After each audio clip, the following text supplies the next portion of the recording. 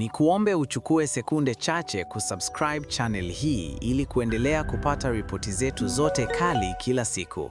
Asante. Jeshi la Polisi Tanzania limetoa maelezo ya kina kufuatia taarifa zilizosambaa kwa kasi mitandaoni zikidai kuwa mchungaji Yannick Mbombosele wa kanisa la Ebenezer Restoration Ministry for All Nations ametekwa na watu wasiojulikana jijini Dar es Salaam.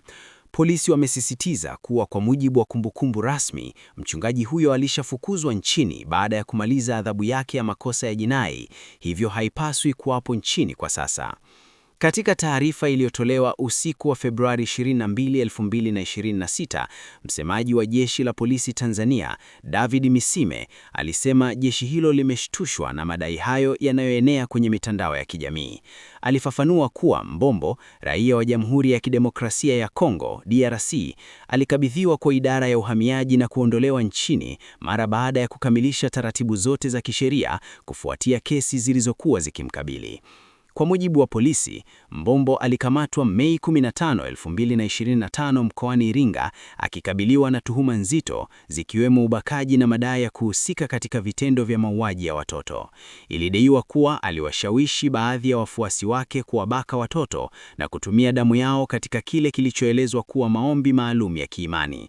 Uchunguzi wa awali ulihusisha upekuzi katika makazi yake ambapo vyombo vya dola viliripoti kukuta vitu vilivyotajwa kuwa vya kutatanisha ikiwemo hirizi, pete maarufu kama magic faces, magamba ya konokono na vitambaa vyenye damu. Pia alidaiwa kuwalipa watu wajifanye wagonjwa au walemavu ili awaombee kanisani na kuonekana kuwaponesha kwa lengo la kuvutia waumini zaidi.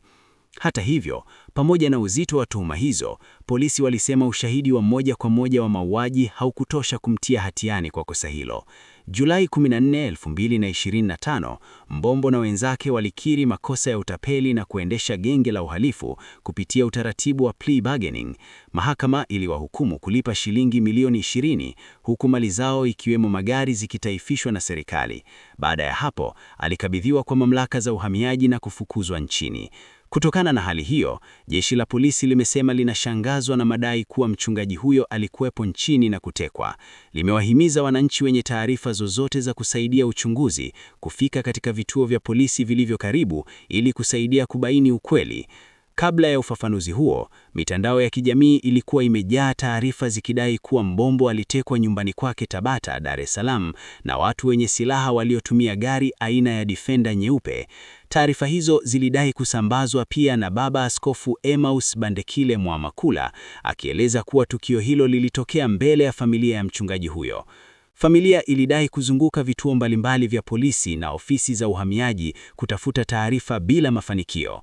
Hata hivyo, polisi wamesisitiza kuwa kwa rekodi zao, Mbombo tayari aliondolewa nchini na uchunguzi unaendelea ili kubaini chanzo na ukweli wa madai hayo yanayosambaa mitandaoni.